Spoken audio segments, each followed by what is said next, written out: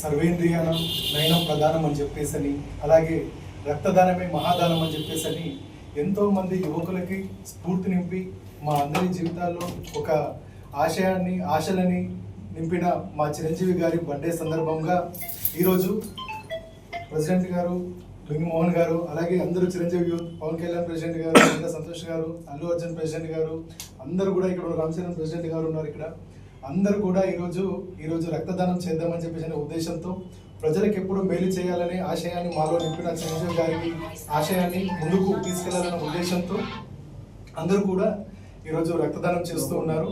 రక్తదానం మహాదానం.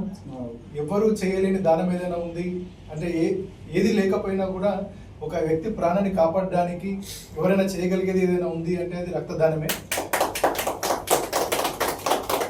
ప్రతి ఒక్కరు కూడా రక్తదానం చేయొచ్చు. ఆరోగ్యవంతంగా ఉన్న ల్యాబొరేటరీలో ఎక్కడ తయారు చేయలేనిది రక్తం ఒక్కటే.